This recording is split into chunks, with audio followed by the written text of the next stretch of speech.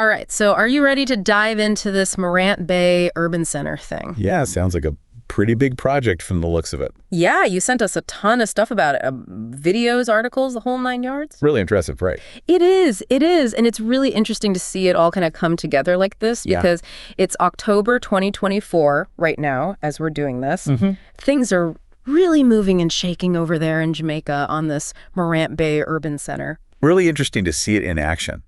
I mean, it's one thing to talk about these projects, right, but to actually see it, underway and coming to life is pretty cool. And from what we can tell from all of this, it's not just like another construction project, This is a whole revitalization thing. It's a whole transformation. Yeah. It seems like they're really trying to revitalize the entire community. Yeah. We're not just talking about, new buildings here. No. We're talking a complete... It's like a whole makeover. A whole makeover of Morant Bay. And they're doing it, this is the interesting part. They're taking this old Goodyear factory site and turning it into what they're calling this like one-stop shop. I saw that. Like a little bit of everything all in one place. Government services, businesses, education, they're putting it all. That's ambitious. In one spot. In one spot. That's a big... It is. And it's not just going to be like, a bunch of concrete blocks. Right. They're really going for it. Yeah, it looks like they're trying to create a really sleek, modern space, not just a collection of buildings. And that makes it even more ambitious when you think about the timeline. Yeah. Because they were originally shooting for September 2024 completion. Oh, wow. Which is ambitious in and of itself, right? Yeah. But now it's been pushed to January 2025. Okay. So they're really up against... They're under a time crunch to get this done. But it just shows, I think, that sense of urgency just speaks volumes. I agree. About how much they're prioritizing this project. Absolutely. And I think the fact that they've already, had to push the deadline back a little bit shows you just how really serious involved in this. Yeah, they are. It's not a small. Because they've got a lot riding on it. Right. I mean, from what I saw, there's an article from Factories Corporation of Jamaica, the FCJ, back in 2020. And they said the project was already overbooked, like even back then. Oh, wow. 2 BPO companies, a university, they were talking about supermarkets, restaurants. Wow. So there's a lot of interest in this. Yeah. That's a good sign. So clearly they've tapped into a real need here, right? Absolutely. Yeah. And it's not just FCJ that's working on this, right? Right. They've partnered with China Harbor Engineering Company Limited. That CHE. Chinese connection. It's a joint venture. It's so interesting to see that, right? Because you see it in the videos. Right. You've got that blend of the local workforce training. But then you've got these Chinese contractors. Yeah, it's interesting to see those two forces coming together. It's got people talking, that's for sure. Yeah. What do you think? How do you think that's going to play out long term? It's hard to say for sure. Yeah. On one hand, you've got the potential for... right. valuable knowledge transfer, skill development within the local workforce. But on the other hand, there are concerns about, is this collaboration really benefiting the community? Right. Or is it primarily serving, outside interests? Yeah, you've always got to think about that. That's a tough question. It is. But it's one that's worth asking. It is. Yeah. And you can tell, I think, just from the videos and stuff that we were watching, that there are some people who are really personally invested in this. Yeah, for sure. Especially the Morant Bay High School alumni. Right. You see them getting these tours. It's really cool to see them so involved. It's contagious, their excitement. It is. They're so excited to show off their hometown. Right. And to see it changing and growing. And you can understand that because for them, it's not just a construction site. No, it's much more personal than that. It is. This is their home. Yeah. This is their history. It's a source of pride, right? Exactly. They're talking about combating brain drain. That's a big one. Keeping that talent within St. Thomas, giving back to the place where they came from. Yeah. That's something that I think a lot of people can relate to. It is. Wanting to see your hometown succeed. One alumnus actually said it's a symbol of home change and transformation.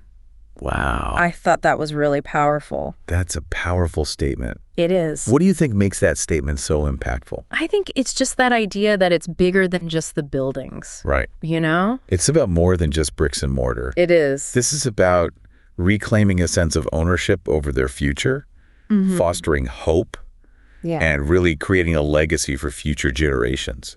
That's what I got from that statement, too. Yeah, it's really inspiring. It is. And speaking of building for the future, it's not lost on me Yeah. They're not just focused on the aesthetics here, right? I know. They're really trying to weave sustainability. It's really impressive. I know. How much thought they're putting into that aspect of the project. Into the very fabric of this project. Yeah. We're not talking about like a superficial greenwashing here. No. They're incorporating solar power water harvesting. They're even exploring how to repurpose an old gas station structure. Wow. Like they're really thinking about how to make this a sustainable and responsible development. They are. Not just chasing trends. Yeah, it's really impressive. It's really cool how they're thinking about all these different aspects. Yeah, it's not just about looking modern, it's about being responsible too. And that comes through, I think, in a lot of the things that the chairman talks about. Yeah. Because he directly addresses, the fact that there was some skepticism around this project. And he really seems to want to emphasize that this is happening. He wants people to know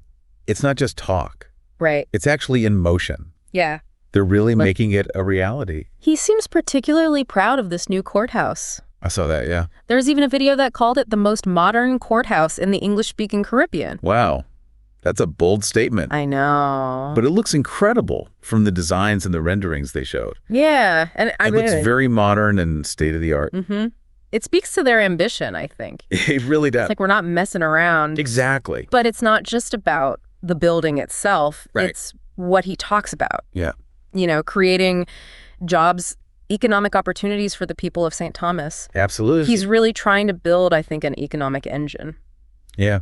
He wants to bring more investment into the parish. And not just from outside, but from within the community itself. Well, yeah, and they're putting their money where their mouth is because, remember, they acquired that extra 10 acres. Oh, yeah, I was going to mention that. For future development. That's a smart move. Which is where the micro-business facilities come in. Yeah, and that's something that's really needed, I think. Yeah. Providing that support for small businesses. Because that's a barrier. Right, absolutely. Yeah. Those initial startup costs can be really daunting. So if they can offer things like equipment rentals bundled into longer leases, makes it easier for people. It makes it more accessible for local entrepreneurs to get their businesses off the ground. They're thinking ahead.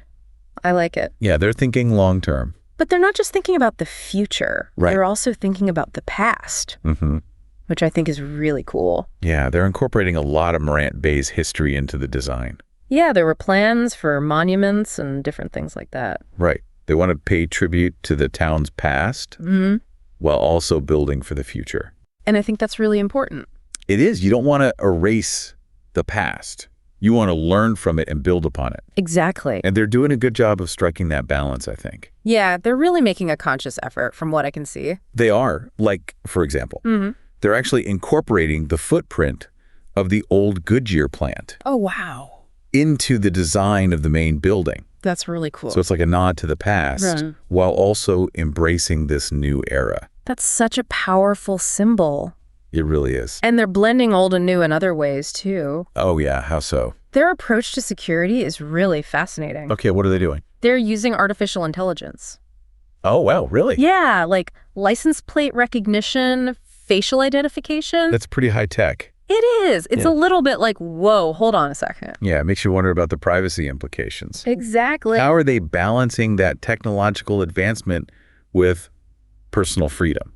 It'll be interesting to see how that all plays out. Definitely something to keep an eye on. But it's not just about surveillance either. Right. They're really thinking about safety and accessibility more holistically. Okay. In what ways? So they've got a 2-story security tower. Okay. CCTV access control system. Even a dedicated police post. So they're not taking any chances. No, they're really serious about security. Yeah. And I thought it was interesting that they have 3 separate entrances. Oh, yeah. That's a good idea. One for security and court access. One for the fast food drive-thrus. Oh, that's smart. I know. And then the main entrance. So they've really thought about traffic flow. They have.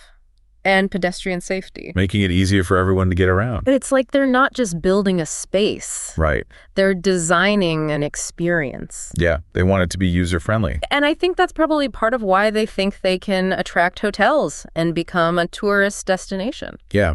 I mean, they've got the foundation for it. St. Thomas is beautiful. It is. It's known for its natural beauty. And with the tourism minister officially designating it as a tourist attraction. Right. It just seems like a natural progression to leverage the urban center in that way. It makes sense. Yeah. There's so much here. I know, it's a lot to take in. Honestly, we could spend like a whole other deep dive just on this one project. Right.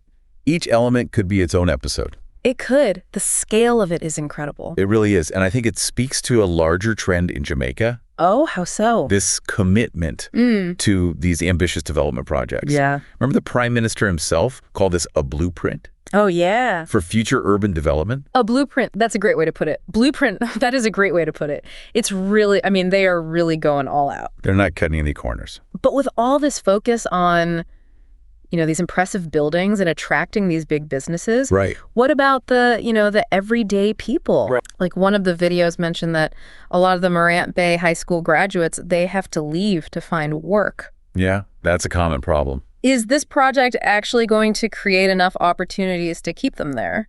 That's the million-dollar question, right? Yeah. I mean, the sources we looked at, they definitely emphasize job creation as a central goal. Right. Like the chairman specifically talks about, providing those opportunities so people don't feel forced to leave their parishes to find work. They even talk about attracting Jamaicans living abroad, back home. Trying to reverse that brain drain. Yeah. Bring those skilled workers back. It's a powerful vision. It is. But is it realistic? Yeah. I mean, Is it enough? That's the big question. Will it be enough to overcome the existing economic realities? Yeah. And that's where I think the alumni's excitement becomes so important. Because they seem to believe it. They do. They're really buying into this vision. They do. They're not just looking at shiny new buildings. Right. They see themselves. They see the potential. As investors, as participants in this revitalized Morant Bay. And that's powerful. Remember that one alumnus? He was like, I was blown away. Yeah, he was so impressed by the scale of it all. And that, to me, that speaks volumes. It really does. It shows you how much they believe in this project. Because it's one thing to hear government plans and, economic projections and all this kind of stuff. Right. It's all theoretical until you see it in action. But when you hear that personal investment, that hope, that's what makes it real. It hits different. It does. It makes you realize okay, this is about more than... Yeah, this is about people's lives. Than just the bricks and mortar. Exactly. Their hopes, their dreams. Yeah. Their future. And their kids' futures. Absolutely. And I think that their enthusiasm speaks to that potential for a ripple effect. Oh, for sure. If this project succeeds in attracting those businesses, creating those jobs, creating that sense of pride, it could be transformative. It could. And not just within those physical walls, but for the entire community. But we also have to acknowledge that big projects like this, they're not without their critics. There are always two sides to every story. Right. And there are always concerns about, displacement, about how the community dynamic might change. Right. Will everyone benefit equally? And will those promised benefits reach everyone? Those are important questions. Yeah. And it's crucial to consider those perspectives. Yeah. While there's a lot of optimism surrounding this project, we have to remember that progress sometimes comes at a cost. It does. And how they mitigate those potential downsides. Right. How they make sure that those longtime residents also benefit from this transformation. That's going to be key. That's going to determine its ultimate success. It's like they've set the stage for something really incredible. They really have. But the final act is still unwritten. The story is still unfolding. It really is. And I'm so curious to see how this all plays out. Me too. You know how this project is going to shape the future of Morant Bay? Yeah. Not just its skyline, but the lives of the people who live there. It's a story worth following. It is, and it's a story that I think we'll be revisiting. Oh, for sure. In the future. I'm sure we'll be hearing a lot more about Morant Bay. Yes, we will. In the years to come. So stay tuned, everybody. This has been another deep dive.